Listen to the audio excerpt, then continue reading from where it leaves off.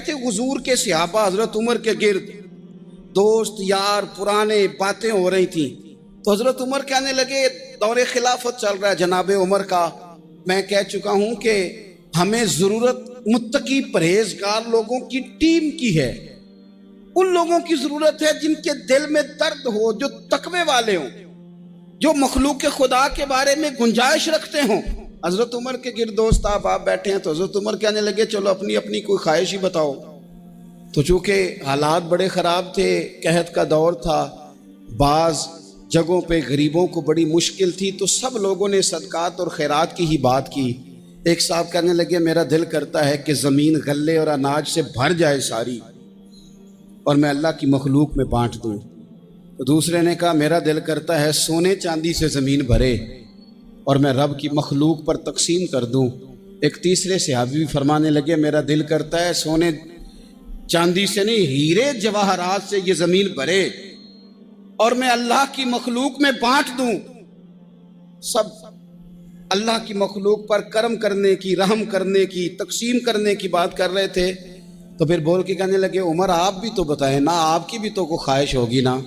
حضرت عمر دیر تک خاموش رہے، پھر ٹھنڈی آہ بھری، فرمانے لگے میرا دل کرتا ہے یہ زمین حضرت معاذ بن جبل جیسے لوگوں سے بھر جائے، میرا دل کرتا ہے یہ زمین حضرت حذیفہ بن یمان جیسے لوگوں سے بھر جائے، میرا دل کرتا ہے یہ زمین حضرت ابو عبیدہ بن جراح جیسے لوگوں سے بھر جائے، یہ زمین ان لوگوں سے بھر جائے اور میں پھر ان سب لوگوں کو ساتھ ملا کے زمین پہ رب کی اطاعت کا چلن عام کر دوں، لوگوں کو رب رسول کا فرما بردار بنا دیا جائے، خیر والے لوگوں سے زمین بھرے۔ میری خواہش یہ ہے جب خیر والے لوگوں سے زمین بھر جاتی ہے پھر معیشت بھی ٹھیک ہو جاتی ہے، معاشرت بھی ٹھیک ہو جاتی ہے، دفاعی محاذ پر بھی لوگ کامیاب ہو جاتے ہیں، تعلیم اور صحت کے شعبوں میں بھی مضبوطی آتی ہے۔ شرط یہ ہے تم نے پوچھی ہے امامت کی حقیقت مجھ سے، خدا تجھے میری طرح صاحب اسرار کرے، ہے وہی تیرے زمانے کا امام برحق جو تجھے حاضر و موجود سے بیزار کرے اور موت کی شکل میں دکھلا کے تجھے رخ یار زندگی تیرے لیے اور بھی دشوار کرے۔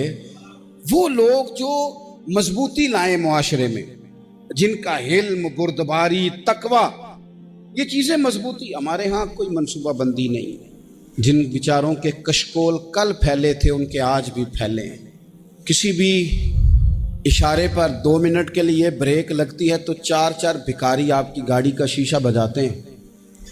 اب بعض اشاروں پر، ٹول پلازوں پر لکھ کے لگا دیا گیا ہے یہ پیشہ ور بھکاری ہیں، ان کو خیرات نہ دیں۔ لیکن میرا سوال یہ ہے کہ ان سارے بھکاریوں کو ایک جگہ پہ کھڑا کر کے پوچھنا کس نے ہے کہ تم بھیک کیوں مانگ رہے ہو؟ ان کے گھروں تک ان کے ساتھ کس نے جانا ہے؟ کون آدمی ہے جو جا کے ان سے کہے گا کہ جناب تم کیوں خیرات کے لیے کھڑے ہو، تمہاری مجبوری کیا ہے؟ کہ ریاست کی، حکومت کی، تاجر کی، مالدار کی، تگڑے آدمی کی یہ ڈیوٹی نہیں؟ ان تک رسائی کس نے حاصل کرنی ہے؟ وہ بیوہ جو پچھلے سال دروازے پہ زکوٰۃ لینے آئی تھی وہ اس سال بھی آئی ہے، وہ خاتون جسے پچھلے سال آٹے کا تھیلا دیا تھا وہ اس سال بھی آئی ہے، وہ خاتون جو پچھلے سال 4 بچوں کو ساتھ لے کر کے چھوٹوں کو آئی تھی وہ آج بھی اسی طرح کشکول طلب دراز کیے ہوئے ہے۔ اور حضرت عمر کیا فرماتے ہیں؟ سیدنا فاروق اعظم رضی اللہ تعالیٰ عنہ ارشاد فرماتے ہیں، اس کو امام بہقی نے اور امام سیوطی نے نقل کیا ہے، حضرت عمر فرمایا کرتے تھے کہ اگر میں زندہ رہا تو عراق والوں میں تمہاری بیواؤں کے لیے ضرورت کا اتنا سامان کر جاؤں گا کہ بی بی جب تک زندہ رہے گی کسی کی محتاج نہیں ہوگی، اس کے لیے اس طرح کے اسباب پیدا کر دیے جائیں گے کہ اسے حاجت نہیں ہوگی، اس کے لیے مستقل بنیادوں پر اس کے اخراجات دیکھ کر اس کے لیے اہتمام کر دیا جائے، اسے دوبارہ کشکول طلب دراز کرنے کی ضرورت نہیں پڑے گی۔ ایک صحابی تھے حضرت جناب سیدنا خفاف بن ایما غفاری رضی اللہ تعالیٰ، انہوں نے بڑا کردار ادا کیا تھا میدان احد میں، انہوں نے اور ان کے صاحبزادے نے۔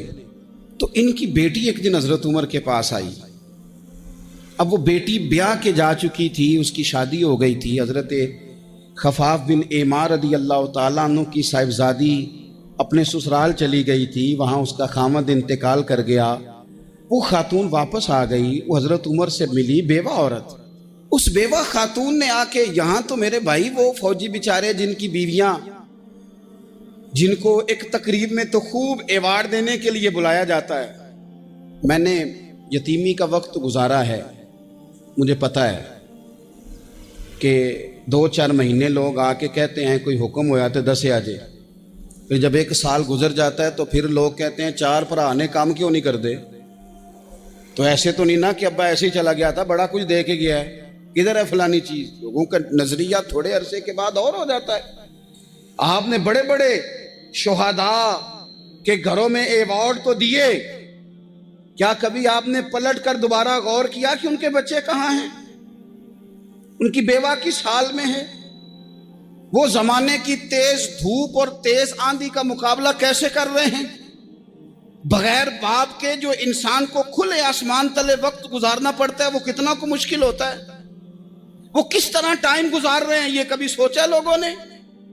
یہاں تو نرنگیے سیاست دوران تو دیکھیے منزل انہیں ملی ہے جو شریک سفر نہ تھے، جو نکلے ہی نہیں تھے وہ منزل تک پہنچ گئے، اور جنہوں نے جوانیاں گزار دی وہ رستے میں رہ گئے۔ حضرت خفاف بن ایمار کی صاحبزادی بیوہ ہو کے آ گئی، بچے ساتھ تھے، سرے راہ جناب عمر سے ملی اور مل کے کہنے لگی حضور میں اس صحابی کی بیٹی ہوں جنہوں نے احد والے دن اپنے بیٹے کے ساتھ مل کے محاصرہ کیا تھا، بچے میرے یتیم ہو گئے ہیں، میں بیوہ ہوں۔ حضرت فاروق اعظم رضی اللہ تعالیٰ عنہ نے فہرست نہیں مانگی، خرچے کی ڈیٹیل نہیں مانگی، تم آنا فلانے سے ملنا، پرسوں 9 بجے آ جانا دفتر، یہ کوئی بات نہیں کی۔ حضرت عمر غور سے کھڑے، اس بیٹی کی بات سنی، چھم چھم سیدنا فاروق کی آنکھوں سے آنسو گرے، دوڑ کے گھر گئے، ایک اونٹ نکالا، وہاں سے مال غنیمت کا مال کے بھر کے 2 بوریاں، اور بوریوں میں کیا تھا؟ چاندی بھی تھی، نقدی پیسے بھی تھے، کچھ ضرورت کا سامان بھی تھا، غلہ بھی تھا۔ 2 بوریاں بھر کے اونٹ پہ رکھ کے خود لگام اس بیٹی کے ہاتھ میں تھما کے کا پتر سامان بھی تیرا ہے، اونٹ بھی تیرا ہے، اور یہ نہ سمجھنا یہی کچھ تجھے دیا ہے، جب یہ ختم ہوگا تو رب تیرے لیے اور بندوبست فرمائے گا۔ کیا مانا کہ ڈیوٹیاں لگا دی گئی ہیں، ہمیں پتہ ہے یہ سامان کب تک ختم ہو جائے گا، پیسے کب تک ختم ہو جائیں گے، تیرے لیے میں نے نئے حکم بھی جاری کر دیے ہیں۔ ایک شخص نے کہا حضور ایک بیوہ کو آپ نے کچھ زیادہ ہی نہیں دے دیا؟ یہاں لوگ سیاسی تقسیم نہیں کرتے، تھوڑا کام والے کو دے دو، تھوڑا چوکیدار کو دے دو، تھوڑا گلی محلے میں دے دو، تھوڑا رشتہ داروں میں دے دو، سب ہمارے احسان کے نیچے رہیں گے۔ کہا ایک ہی خاتون کو آپ نے اتنا نہیں دے دیا؟ تو حضرت عمر ناراض ہو گئے، فرمانے لگے تجھے تیری مار ہوئے، میری نظروں میں آج بھی وہ جلوہ موجود ہے جب اس کا باپ اور بھائی میدان احد میں کافروں کے خلاف لڑائی کر رہے تھے، آج تک میری نظر میں موجود ہے۔ تو کہتا ہے میں نے زیادہ دے دیا؟ اولاد کسے نہیں پیاری ہوتی؟ بچوں کو دیکھ دیکھ کے بندہ کلیجہ ٹھنڈا کرتا ہے، اولاد کو دیکھ دیکھ کے آنکھوں کو سکون ہوتا ہے، انسان کی طبیعت شاش بشاش ہوتی ہے۔ حضرت عمر وظیفہ لگانے لگے تو حضور کے گھر میں خدمت کرنے والے حضرت اسامہ بن زید کا وظیفہ ڈبل لگایا، اور اپنے بیٹے عبداللہ ابن عمر کا وظیفہ سنگل لگایا۔ تو حضرت اسامہ بن زید کہنے لگے ابا جی میں نے تو ہجرت بھی کی، جہاد بھی کیا، اسامہ تو ان دنوں بچے تھے۔ تو حضرت سیدنا عمر فاروق جواب میں کہنے لگے پتر اسامہ کے والد زید نے بھی حضور کے گھر میں نوکری کی، اسامہ بھی نوکری کر رہا ہے۔ حضرت عمر کی شان کیا ہے زمانہ جانتا ہے، پر پھر بھی حضرت عمر فرمانے لگے تو نے اپنے باپ کے ساتھ ہجرت کی، فرمایا ان کی خدمت زیادہ ہے حضور کے گھر میں، لہذا ان کا وظیفہ بھی زیادہ لگایا جائے گا۔ ہمارے ہاں ہم نہ میرٹ کرنا چاہتے ہیں پر دوسروں کے لیے، اپنے اوپر کسی میرٹ کو ہم قابل قبول بالکل نہیں۔ یعنی میں سودا خالص لینا چاہتا ہوں دکان سے، تو آپ بتائیں آپ جو سودا بیچتے ہیں وہ خالص ہی بیچتے ہیں؟ آپ کو تو خالص چاہیے، لیکن آپ بھی تو کچھ نہ کچھ بیچتے ہیں، آپ کا خالص ہے اگر آپ خالص بیچ رہے ہیں تو انشاءاللہ ملے گا بھی خالص۔ چادریں آئی تھی مال غنیمت میں، ڈھیر ساری چادریں، ڈھیر ساری۔ حضرت عمر نے صحابہ کرام علیہم رضوان کی ازواج پر، صحابیات پر وہ چادریں تقسیم کر دی۔ ایک چادر بڑی خوبصورت نکلی اندر سے،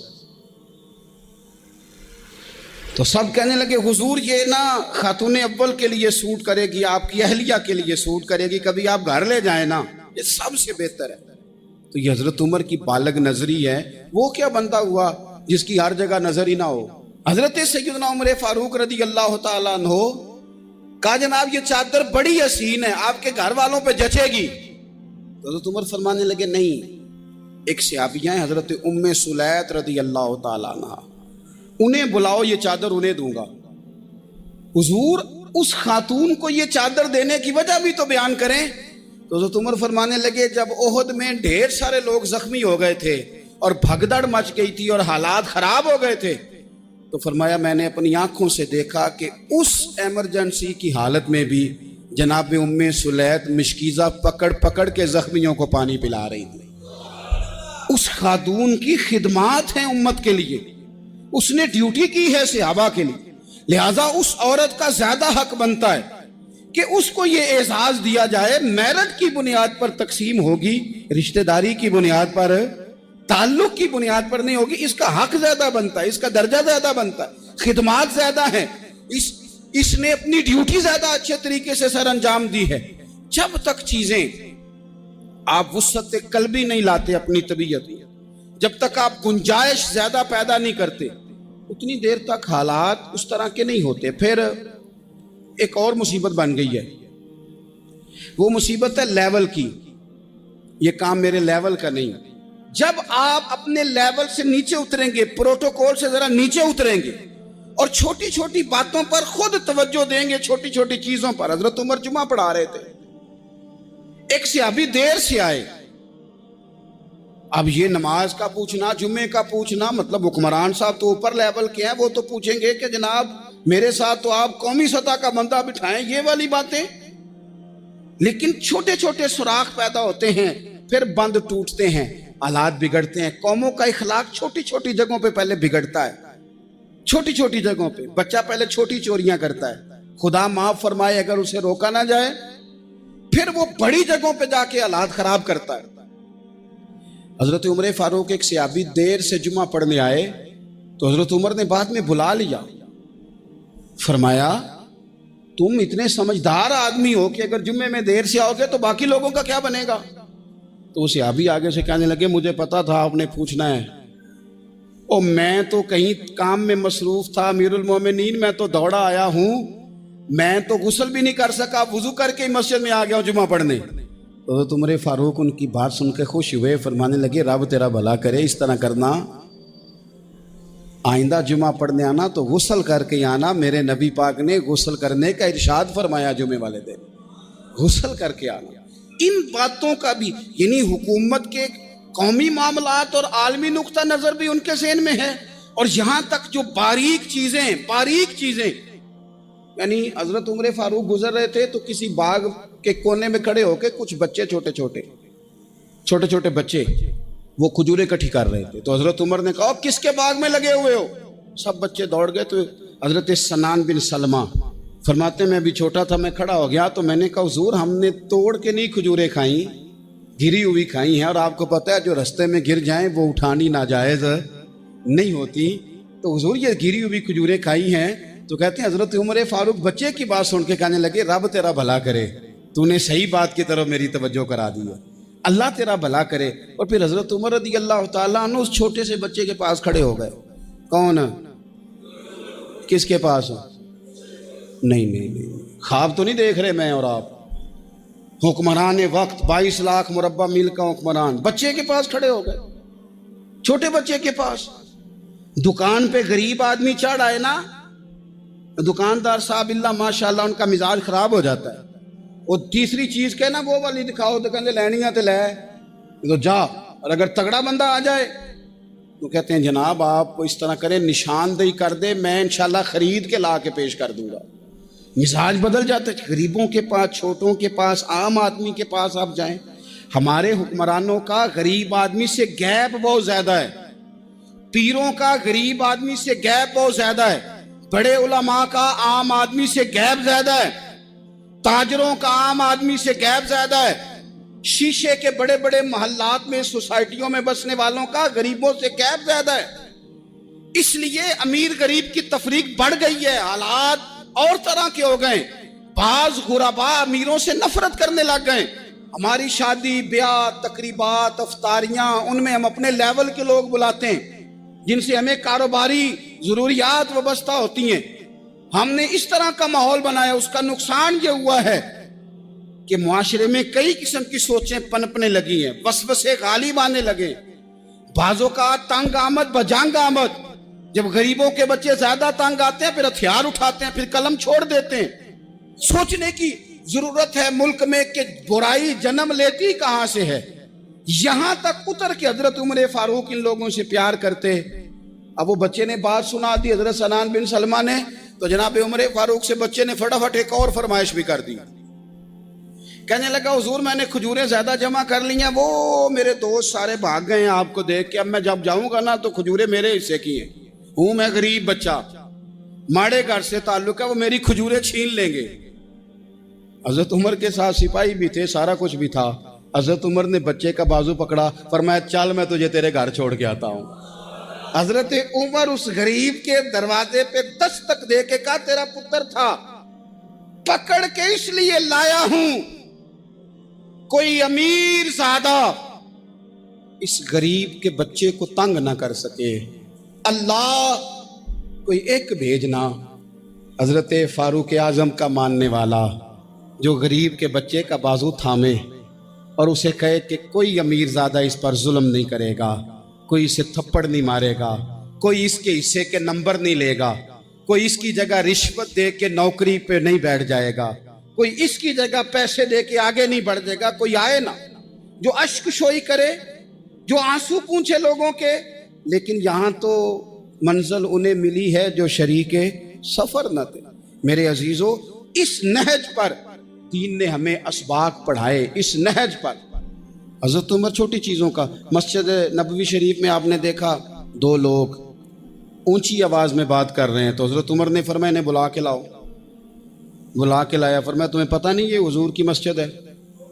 لا ترفعوا اصواتکم فوق صوت النبی، اے پائے نظر ہوش میں آ، یہ کوہ نبی ہے، آنکھوں سے بھی چلنا یہاں بے ادبی ہے۔ پتہ نہیں وہاں سارے نعرے غلط ہیں، کسی کے مرد آباد کا نعرہ ہو تو وہ بھی غلط، اور کسی کے زندہ باد کا نعرہ ہو تو وہ بھی غلط۔ وہاں ایک کی نعرہ صرف اچھا لگتا ہے، وہ کیا ہے؟ یا رسول اللہ انظر حالنا، یا حبیب اللہ اسما۔ وہاں ایک کی نعرہ اچھا لگتا ہے کہ سونے آ گئے ہیں، نظر کرم ہو جائے، یا رسول اللہ پہنچ گئے ہیں، روزے دے دوالے نے غلامہ دیاں ٹولیاں، او ویکھو ایک پہ سن دے کروڑاں دیاں بولیاں۔ وہاں یہی نعرہ اچھا لگتا ہے، لب واہ ہیں، آنکھیں بند ہیں، پھیلی ہیں جھولیاں، کتنی مزے کی بھیک تیرے پاک در کی ہے۔ اور قربان جاؤں اپنے امام پر، اس قلم پہ باری جس سے وہ لکھا کرتے تھے، کہنے لگے کعبے کا نام تک نہ لیا، طیبہ ہی کہا۔ پوچھا جو تھا کسی نے کہ عظیمت کدھر کی ہے، ان کے طفیل حج بھی خدا نے کرا دیے، ورنہ اصل مراد حاضری تو اس پاک در کی ہے۔ تو حضرت فاروق اعظم رضی اللہ تعالیٰ عنہ نے نا ان دو لوگوں کو بلایا اور بلا کر کے فرمانے لگے کہاں کے رہنے والے ہو، کہاں سے آئے ہو؟ نے کہا جی ہم طائف کے رہنے والے ہیں۔ فرمایا تمہیں پتہ نہیں یہ نبی پاک کا روزہ ہے، حضور کی مسجد ہے، یہاں آواز اونچی نہیں کرتے، تمہیں خبر نہیں؟ اور پھر حضرت عمر فرمانے لگے اگر تم مدینے کے رہنے والے ہوتے تو میں تمہیں کوڑے مارتا، میں تمہیں سزا دیتا، تمہیں پتہ نہیں کہ کس طرح کا مزاج اور ماحول ہونا چاہیے۔ تو حضرت فاروق اعظم رضی اللہ تعالیٰ عنہ کی جو خدمات ہیں، آپ تو بازاروں میں جب جاتے تھے نا تو فرماتے تھے ہمارے بازار میں صرف وہ بندہ آ کے کام کرے جو دین کا علم جانتا ہے، جسے تجارت کے اصول پتہ ہیں وہ آئے، دوسرے کو بیٹھنے نہیں دیتے تھے۔ اپنے مزاج کے لحاظ سے، اپنی طبیعت کے لحاظ سے مخلوق کے لیے دلوں میں نرمی رکھتے تھے، مزاج میں نرمی۔ ایک بات آپ نے کئی دفعہ سنی ہوگی، میرا بڑا دل کرتا ہے پھر سے اس کو دہراؤں۔ میں نے اسے سینکڑوں بار پڑھا ہے۔ جب طبیعت پوری بے چین ہوتی ہے اور اپنی ذمہ داریوں کا احساس کرنے کو دل کرتا ہے نا، تو پھر خیال آتا ہے کہ ہم بھی پڑھیں ذرا ان چیزوں کو۔ بار بار پڑھتا ہوں تاکہ احساس ذمہ داری پیدا ہو۔ آپ کے غلام اسلم فرماتے ہیں رات کو میں اور جناب عمر نکلے تھے تو ایک مکان میں ہم نے دیکھا کہ ایک عورت نے نا، اس کے بچے بار بار شور کر رہے ہیں اور وہ کچھ پکا رہی ہے، آواز آ رہی ہے۔ تو حضرت عمر نے دروازے پہ دستک دی، کون ہے دروازے پہ؟ کہا میں ایک غلام ہوں۔ حضرت عمر کہتے ہیں غلام ہوں، بہن کیا مسئلہ ہے، بچے کیوں رو رہے ہیں؟ تو بی بی کہنے لگی تمہیں کیوں بتاؤں، جاؤ نا اپنا کام کرو۔ حضرت عمر نے اصرار کیا تو تلخ لہجے میں، جس سے غصہ نہیں کر جاتے حکمران، councillor, chairman, M P M N A, ناراض نہیں ہو جاتے، اس تلخ لہجے میں بی بی کہنے لگی دعا کرو اللہ میرے اور عمر کے درمیان قیامت میں فیصلہ کرے۔ کیسا حکمران ہے کہ اس کی حکومت میں میرے بچے بھوکے سوتے ہیں؟ یہ میں نے پانی میں روڑے ڈال کے چڑھائے ہیں، لیکن یہ پیٹ کی بھوک یہ بڑی ڈاڈی ہوتی ہے، یہ نیند بھی نہیں آنے دیتی۔ خیال تھا رو دو کے سو جائیں گے، پر سو بھی نہیں رہے۔ حضرت فاروق اعظم دوڑے گئے، گھر سے سامان، اناج، غلہ کندھے پہ رکھا۔ خادم کہتے ہیں میں نے کہا کہ مجھے دے دیں۔ فرمانے لگے چل تو وعدہ کرنا قیامت میں بھی میرے بوجھ اٹھائے گا۔ کہ حضور نہیں، وہ تو میرے بس کی بات نہیں۔ فرمایا پھر مجھے کرنے دے۔ دوڑے آئے، اس خاتون کے دروازے پر لا کے وہ چیزیں رکھی۔ کہا بہن اگر تو پردہ کر لے تو یہ غلام نہ آج کھانا پکا دے تیرے بچوں کو۔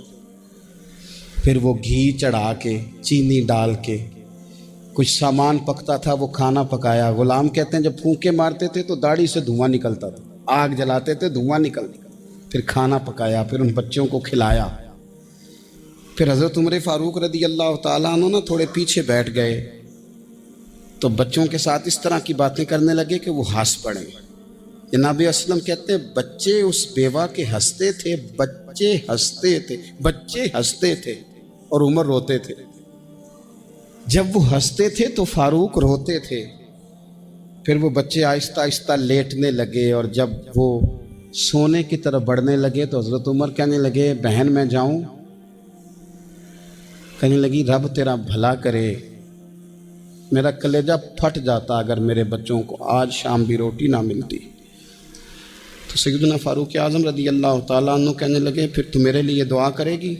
کہنے لگی میں دعا کرتی ہوں اللہ عمر کی جگہ تیرے جیسا کو نیک آدمی بٹھا دے۔ تو حضرت عمر کہنے لگے ایک چھوٹی سی گزارش بھی مان لو گی؟ کا کیا؟ فرمانے لگے کوئی یہ میری خدمت اگر پسند آئی ہے تو عمر کو معاف نہیں کر دیتی؟ غلطی ہو گئی، اسے پتہ نہیں تھا۔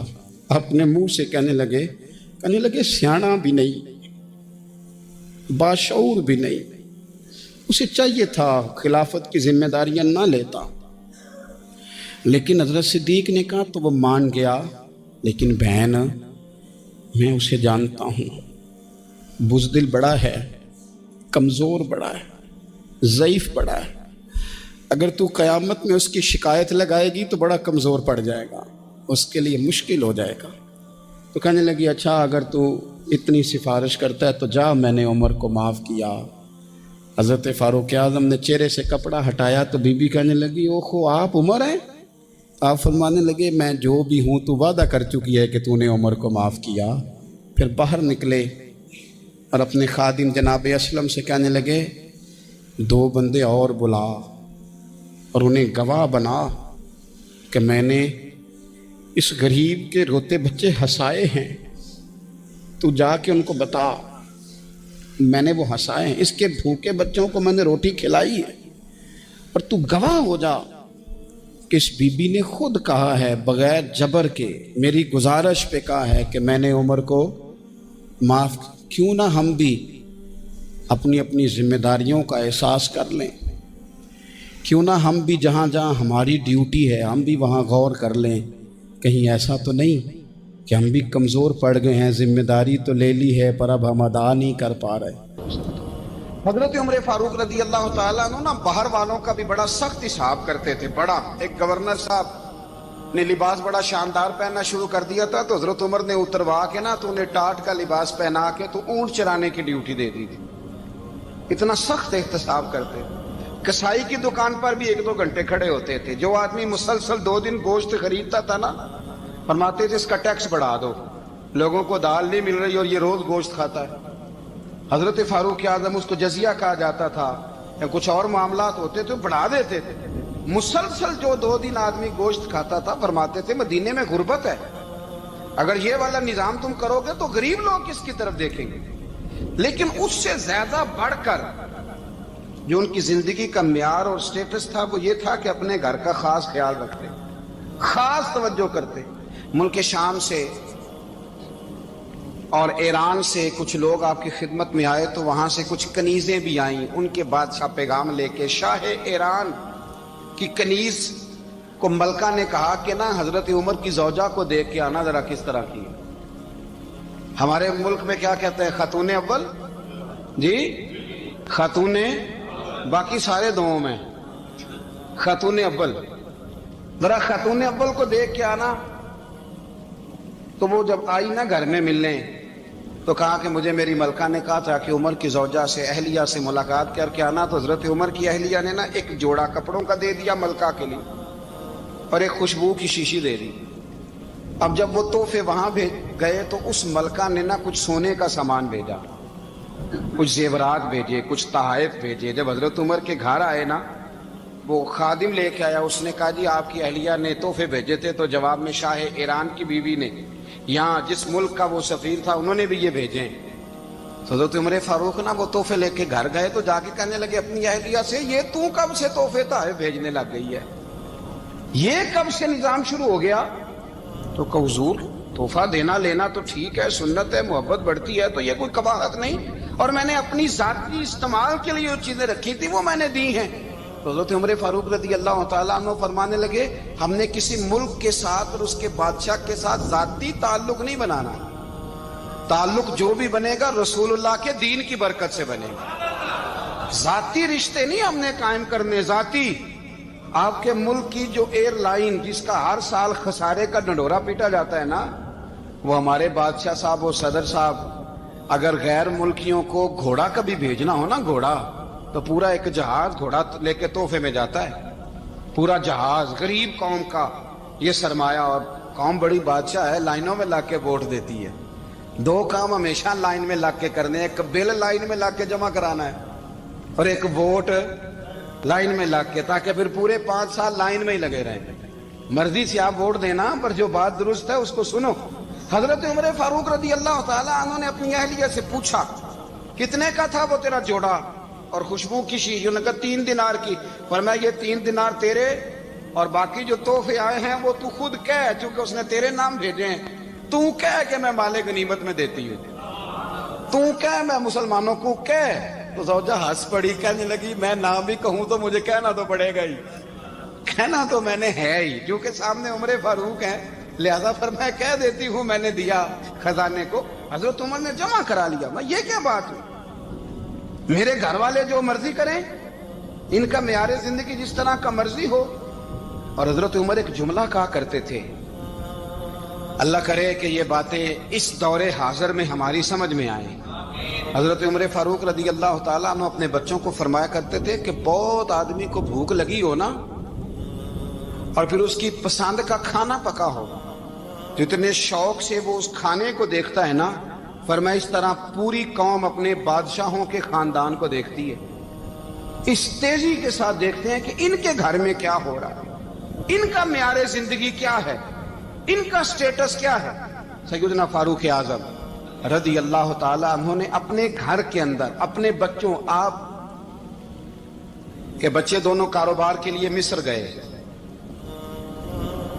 تو وہاں کے گورنر صاحب نے لوگوں سے, ایک بہت بڑا قافلہ گیا مدینے سے مصر تجارت کے لیے, جاتے ہیں نا آج بھی قافلے کئی ملکوں میں, تو یہ گئے تجارت کے لیے. تو حضرت عبداللہ ابن عمر اور حضرت عبید اللہ ابن عمر, حضرت عمر کے دونوں بیٹے گئے. جناب عمر فاروق کے بچے جب وہاں پہنچے تو مصر کے گورنر نے نا لوگوں کو تعارف کرایا کہ یہ عمر فاروق کے بیٹے ہیں. یہ حضرت, یہ چودھری کے بیٹے کو کون بتاتا ہے کہ تو چودھری کا بیٹا ہے؟ باہر والے بتاتے ہیں گھر والے جی؟ اور سیٹھ صاحب کے بیٹے کو کون بتاتا ہے کہ تو سیٹھ صاحب کا بیٹا ہے؟ اور مالک کو کون بتاتا ہے کہ تو مالک کا بیٹا ہے اور یہ کرایہ دار ہے؟ یہ کون بتاتا ہے؟ یہ سوچ ہم دیتے ہیں بچوں کو. چودھری اور کمی کی سوچ، امیر اور غریب کی سوچ، مالک اور کرایہ دار کی سوچ، گھر کے مالک کی اور کام کرنے والے کی سوچ، یہ ہم دیتے ہیں. یاد رکھنا، یہ ہم دیتے ہیں، یہ ہمارا مزاج ہے. یہ باہر سے نہیں آتی. تو کوئی شہزادہ ہے، تو سیٹھ ہے، تو نواب ہے، یہ سوچ باہر سے نہیں آتی. یہ اماں سوچ دیتی ہے، اماں. یہ ابا سوچ دیتا ہے. اور پھر جب تباہی اترتی ہے تو اس کے ذمہ دار بھی باہر والے نہیں ہوتے، گھر والے ہوتے ہیں. گھر والے. ہمارے بچوں کی طبیعتوں پر زیادہ نقش باہر والوں کا نہیں ہوتا، گھر والوں کا ہوتا ہے. یاد رکھیے گا. حضرت عمر فاروق رضی اللہ، بچے ہیں، شہزادے ہیں، وہ کاروبار کرنے گئے اور وہاں لوگوں نے بتایا گورنر صاحب نے کہ یہ فاروق اعظم کے بچے امیر المومنین کے. لوگوں نے ان سے زیادہ مال خریدا، تجارت میں زیادہ نفع ہوا. ظاہر ہے کہ وہ آپ کے جو اللہ خیر کرے حکمران ہیں، ان کے کاروبار کتنے ملکوں میں ہیں، کس بنیاد پر ہیں؟ وہ صرف اس بنیاد پر کہ وہ حکمران رہے، ان کے لیے آسان تھا بڑے لوگوں سے تعلقات بنانا. حضرت عمر فاروق رضی اللہ تعالیٰ عنہ کے بچے ڈھیروں مال کما کے جب واپس آئے نا، تو حضرت عمر سے آ کے بچوں نے بطور محبت کا، ابا جی اللہ نے بڑا ہی فضل کیا ہے، بڑا مال کمایا الحمدللہ، یہ دیکھیں کتنا نوازا ہے. تو حضرت عمر کہنے لگے سارے قافلے نے اتنا ہی کمایا ہے؟ سارے قافلے نے اتنا ہی کمایا ہے؟ تو حضور نہیں، سارے قافلے نے اتنا نہیں کمایا، سب کو اتنا نہیں ملا. وہ تو وہاں گورنر صاحب نے لوگوں کو تعارف کرایا تھا کہ یہ عمر کے بچے ہیں، تو لوگوں نے پھر ہم سے بڑا ہی خریدا. تو حضرت عمر فرمانے لگے ٹھیک ہو گیا، میں بات سمجھ گیا. اس طرح کرو، جو تمہاری اصل زر تھی نا، جو راز تھی، وہ رکھ لو اور باقی سارا مال مال خزانہ میں جمع کرا دو. اس لیے کہ یہ تم نے تجارت نہیں کی، یہ تم نے اپنے باپ کا نام بیچا ہے، یہ تم نے امیر المومنین کے بیٹے ہونے کا فائدہ اٹھایا ہے. فرمایا یہ تمہارا نہیں حق، یہ مسلمانوں کا ہے. اس لیے کہ یہ مال تم نے محنت سے نہیں کمایا، یہ باپ کی کرسی کا فائدہ اٹھایا ہے. اور فرمایا اگر تم نے مال جمع نہ کرایا تو میں مال بھی لے لوں گا زبردستی اور کوڑے بھی ماروں گا، ڈبل سزا دوں گا. مرضی سے جمع کراؤ گے تو کوڑوں سے بچ جاؤ گے. بڑے بیٹے نے تو جمع کرا دیا، تو چھوٹا تھوڑا پریشان ہوا. تو حضرت عبداللہ ابن عمر چھوٹے کا ماتھا چوم کے کہنے لگے بیٹے چپ کر کے جمع کرا، یہاں بھی فخر کر کے ہم عمر کے بیٹے ہیں، اور قیامت میں بھی فخر کریں گے کہ ہم فاروق اعظم کے بیٹے ہیں. یہاں بھی ناز کریں گے اور وہاں بھی ناز کریں گے کہ عمر کے بچے ہیں. ہمارے باپ نے خود بھی حلال ہی کھایا ہے، اور جب ہماری کمانے کی باری آئی ہے تو ہمیں حکم بھی حلال کھانے کا دیا. بھائی ہمارا مزاج نہیں. بچہ جب لے کے آتا ہے 2 لاکھ روپیہ تو کبھی پوچھے کہاں سے آیا ہے؟ جب وہ پہلے دن غلط دوستوں کے پاس جا کے بیٹھتا ہے تو کبھی نکالا ہے گھر سے اسے؟ یہ بہت سارے خمیازے ہمیں اس لیے بھگتنے پڑتے ہیں کہ ہم ابتدا میں سوراخ بند نہیں کرتے. جب اس میں شگاف پڑ جاتا ہے، سیلاب آتا ہے تو ہمیں ہوش آتی ہے. حضرت عمر نے اپنے گھر میں نگرانی رکھی، کڑی نگرانی. زیادہ نماز گھر میں پڑھتے تھے حضرت عمر، نفلی نمازیں زیادہ کیوں بلا؟ بھائی یاد رکھیں کہ آپ نے اگر سجدہ کرنا ہے تو بچہ لیٹ جائے گا، وہ اسے پتا کوئی نہیں سجدہ کیا ہے.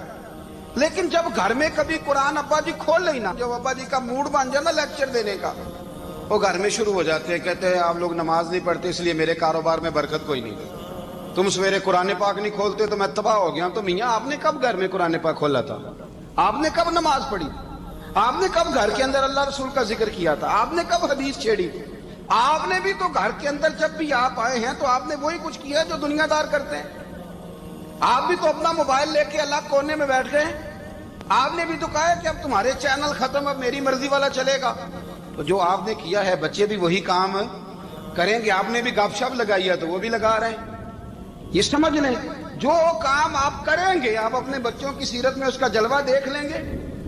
بڑی پکی سی بات ہے کہ آپ کو بچے کی عادتیں دیکھ کے سمجھ آ جائے گی کہ میں بھی یہی کرتا تھا اور یہ بھی. حضرت عمر فاروق رضی اللہ تعالیٰ عنہ وصال فرما گئے. تو آپ کے وصال کے بعد حضرت عثمان غنی رضی اللہ تعالیٰ عنہ نے آپ کی ایک بیوہ سے نکاح کیا، حضرت عمر کی ایک بیوہ سے. جب وہ آپ کے نکاح میں آئی تو کہنے لگی حضرت عثمان غنی سے کہ حضور نہ تو میں خوبصورت ہوں اور نہ میں جوان ہوں، نہ آپ کی کوئی خدمت کر سکتی ہوں، میرے ساتھ نکاح کرنا سمجھ میں نہیں آیا۔ کیا شاندار جواب دیا حضرت عثمان غنی نے، کیا خوبصورت جواب دیا۔ فرمانے لگے میں نے اس لیے نکاح نہیں کیا کہ مجھے تمہارے حسن سے دلچسپی تھی یا تمہاری خدمت کی ضرورت تھی، میں نے تو اس لیے نکاح کیا ہے کہ مجھے بتاؤ عمر فاروق گھر کے اندر اپنے رب کی عبادت کس طرح کرتے تھے، وہ قرآن پاک کس طرح پڑھتے تھے، وہ رویا کیسے کرتے تھے، استغفار کا طریقہ کیا، کس وقت کس انداز میں وہ اپنے رب کو یاد کرتے تھے۔ اس لیے کہ عمر کئی دفعہ گھر سے آتا تھا تو میں اس کے چہرے پر نور دیکھا کرتا تھا، میں روشنی دیکھتا تھا، ایک معیار دیکھتا تھا۔ نکاح اس لیے کیا ہے کہ مجھے عمر کی جو گھر کے اندر کی عبادت ہے اس سے آگاہ کرو، تاکہ عثمان غنی بھی چاہتے ہیں اس طرح کے عمل کرو جس طرح کہ عمر فاروق کر کے گئے ہیں۔ بھائی جب تک ہم اپنے گھر میں وہ توجہ نہیں دیں گے، وہ مزاج دیکھیں نا، ہمارے گھروں میں جب نقشہ پاس ہوتا ہے تو ٹی وی لان بھی اس میں ہوتا ہے، ڈرائنگ روم بھی ہوتا ہے، نماز کی جگہ بھی ہوتی ہے نقشے میں۔ صحابہ جب گھر بناتے تھے تو ایک مسجد بیت کا نقشہ پاس کرتے تھے، ذہن میں رکھتے تھے کہ یہ کونا نماز کے لیے، وہاں جوتے لے کے کوئی نہیں جائے گا، وہاں نماز پڑھی جاتی تھی، عورتیں وہاں اعتکاف کرتی تھی۔ ٹی وی لان تو آ گیا ہے اور گھر کے اندر ٹی وی رکھنے کے لیے تو ایک کمرہ الگ سے بنا دیا گیا ہے، اور اب جو نئے نقشے پاس ہو رہے ہیں اس کے اندر گھروں کے اندر جگہ بنائی گئی ہے جہاں کمپیوٹر رکھے جائیں، اور بچوں کے لیے وائرنگ ہوگی نیچے تاکہ انہیں کوئی مشکل درپیش نہ ہو۔ یہ ساری چیزیں ہم نے نہانے کے لیے گھروں کے اندر اتنے اتنے بڑے واش روم بنائے ہیں کہ لگتا یہ ہے کہ سوائے نہانے کے اور کام ہی نہیں کوئی گھر میں ہوگا، ہر چیز آ گئی۔ پر اللہ کرے کوئی تفسیر بھی ٹیبل پہ پڑی نظر آئے، کوئی حدیث کی کتاب بھی ٹیبل پہ پڑی نظر آئے۔ اللہ کرے کہ جس طرح ابا لطیفہ سن کے آتا ہے تو جب تک سنا نہ لے اسے ہضم نہیں ہوتا، اللہ کرے کہ وہ جمعے میں بیان سن کے جائے تو اس کا بھی دل کرے میں اپنے بچوں کو سناؤں، وہ نبی پاک کی کوئی حدیث کہیں سے سنے تو گھر جا کے سنائے۔ جب تک یہ معیار نہیں بنتا آپ کیسے توقع کرتے ہیں کہ گھر کے اندر اللہ کی رحمتیں نازل ہوں گی؟ کہ آپ یہ کیسے توقع کرتے ہیں کہ گھر کے اندر وہ معیار اور وہ مزاج بنے گا؟ حضرت عمر فاروق نے ذاتی زندگی پر جو توجہ دی، گھر والوں کے معیار پر جو توجہ دی حضرت عمر فاروق رضی اللہ تعالیٰ عنہ نے، وہ بھی بڑی دیدنی ہے۔ حضرت ابو موسیٰ اشعری کو نا آپ نے وزیر خزانہ بنایا، وزیر خزانہ، تو حضرت ابو موسیٰ اشعری کہتے ہیں کہ حضرت عمر کو شیخ خزانے میں رہنے تو دیتے نہیں تھے۔ تو ایک دن میں صفائی کر رہا تھا اس کمرے کی جس میں خزانہ رہتا تھا۔ ہمارے تو ملک میں جو جاتا ہے وہ صفائی کر کے ہی جاتا ہے، اللہ خیر کرے۔ اور خیر معیار بدلتا ہے، جو پچھلی حکومت ہوتی ہے وہ قرضہ اٹھاتی ہے، وہ باہر سے جاتی ہے تو قرضہ لے کے آتی، اور جو نہیں آتی ہے وہ کہتی ہے ہمیں پیکج مل گیا ہے، وہ قرضہ نہیں اٹھاتے۔ ان کو کیا ملتا ہے؟ یعنی پچھلی نے قرضہ لیا تھا اور ہم نے، واہ جی واہ کیا خوبصورت انداز ہے، اس کا نام بدل کے نا، انہوں نے قرضہ لیا تھا اور ہم نے، میں کہا بڑے شاندار سیانے بندے ہو گئی۔ اور اللہ تعالیٰ خیر فرمائے، ہمارے جو بڑے شاندار قسم کے دوست ہیں نا، شاندار، جن کا ادب سے نام لیتے ہیں، وہ عرب کے بادشاہ ہیں۔ ہم تو عرب خالی کہتے بھی نہیں، عرب شریف کہتے ہیں، عرب شریف۔ انہوں نے پتہ کیا کیا ہے؟ انہوں نے اس طرح کیا ہے کہ جو کشمیریوں کا قاتل تھا نا اس کے گلے میں میڈل ڈال دیا ہے۔ یہی کام وہ کرتے رہتے۔ انہوں نے پہلے انہیں بلا کے مندر بھی بنوائے تھے، ہمیں کوئی شکوہ نہیں، ان کی زمین ہے، اللہ تعالیٰ توفیق عطا کرنے والا ہے۔ پر خیال یہ تھا کہ چلو کشمیریوں کے زخموں پر نمک نہ چھڑکتے، 2 مہینے انتظار کر لیتے، کچھ حالات سنور جاتے، کچھ تھوڑا انتظار۔ ہیں ہمارے دوست، ہمارے وزیر اعظم صاحب جب جاتے ہیں تو وہ پھولوں کا ہار ڈالتے ہیں ہمارے دوست، لیکن انہیں وہ حدیث یاد نہیں کہ نبی پاک علیہ السلام نے فرمایا جب میرے مومن کو تکلیف ہوتی ہے تو مجھے بھی گنبد خضرا میں تکلیف ہوتی ہے۔ انہیں نہ کشمیریوں کا خون یاد نہیں آیا، انہیں برہان وانی کی کٹی ہوئی لاش یاد نہیں آئی، انہیں 30,000 بیوہ عورتیں 30,000 بیوہ عورتیں یاد نہیں آئی، 30,000 بیوہ عورتیں جن کے سہاگ اجڑ گئے، اور انہیں 1.25 لاکھ یتیم بچہ یاد نہیں آیا جو یتیمی کی زندگی گزار رہا ہے، اور اس کے باوجود بہت بڑے ذمہ دار ہے وہ۔ مجھے پڑھ لینے دو آج احمد فراز کا شعر، وہ ہمارے مکتب کوئی ایسا نہیں کہ وہ مولوی تھا، وہ غیر جانبدار تھا، پر مجھے آج پڑھ لینے دو اس کا شعر، ایک کلیجے کا درد ہے، پڑھ لینے دو۔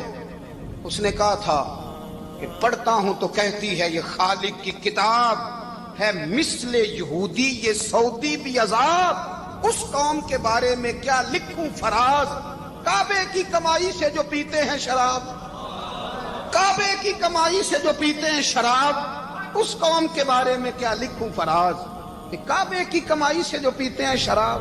میں خیال نہیں آیا تمہارا صرف دین یہ ہے کہ قبریں گرا دو، مزارات گرا دو، فقط یہ دین ہے؟ کوئی نبی پاک کے روزے کی طرف منہ کرے تو اسے مشرک کہو، یہ دین ہے؟ اس کا نام مذہب رکھا تم نے؟ مذہب تو اس کا نام ہے کہ جو رسول اللہ کا نام لینے والا ہے وہ ہمارا یار ہے، اور جو نبی پاک کا نام لینے والا نہیں ہمارا اس سے کوئی تعلق ہے، یہ دین ہے۔ حضرت عمر فاروق کی سیرت سنا رہا ہوں، حضرت عمر کی۔ حضرت ابو موسیٰ اشعری نے ایک عیسائی کو منشی رکھا تھا، اکاؤنٹ آفیسر حضرت ابو موسیٰ اشعری نے۔ تو حضرت عمر فاروق بول پڑے، کہنے لگے تمہیں مسلمان کوئی نہیں ملا تھا؟ کلمہ گو نہیں تمہیں نظر آئے؟ کشمیریوں کی لاشیں نظر نہیں آتی؟ ان کا خون بہ رہا ہے، تباہی اتر رہی ہے، اور تم قاتل کو گولڈ میڈل پہنا رہے ہو؟ اور یاد رکھنا، جب مسلمانوں کی بچیاں روندی جاتی ہوں نا تو پھر اسلام امن کا درس نہیں دیتا، پھر اسلام جہاد کی بات کرتا ہے، پھر اسلام جہاد کی بات کرتا ہے، جہاد کی۔ وہ قومیں غیرت مند نہیں ہوتی کہ جن کے گھروں میں آگ لگی ہو اور وہ غیروں کو ہار پہناتی پھرے۔ اللہ کا کچھ خوف کرو، زندگی مختصر ہے، دبئی میں کتنے رہے اور کتنے چلے گئے، خدا را کچھ خدا۔ تم سے اچھے تو وہ نیو یارک کے رائٹر ہیں جو کم از کم اپنے کالموں میں کشمیر کی بات کرتے ہیں، تم سے اچھا برطانیہ کا وہ شخص ہے جو کم از کم بی بی سی لندن پہ رپورٹ جاری کرتا ہے تو کہتا ہے کشمیر پہ ظلم ہو رہا ہے۔ تم سے تو وہ اچھے رہ گئے، تم نے بات کرنا تو دور کی بات، تم نے دشمنوں کے گلے میں ہار پہنانے شروع کر دیے۔ کل جب پوچھیں گے بلا کے تم کو اپنے سامنے، کیا جواب جرم دو گے تم خدا کے سامنے؟ بڑی تکلیف ہوئی، بڑی تکلیف ہوئی۔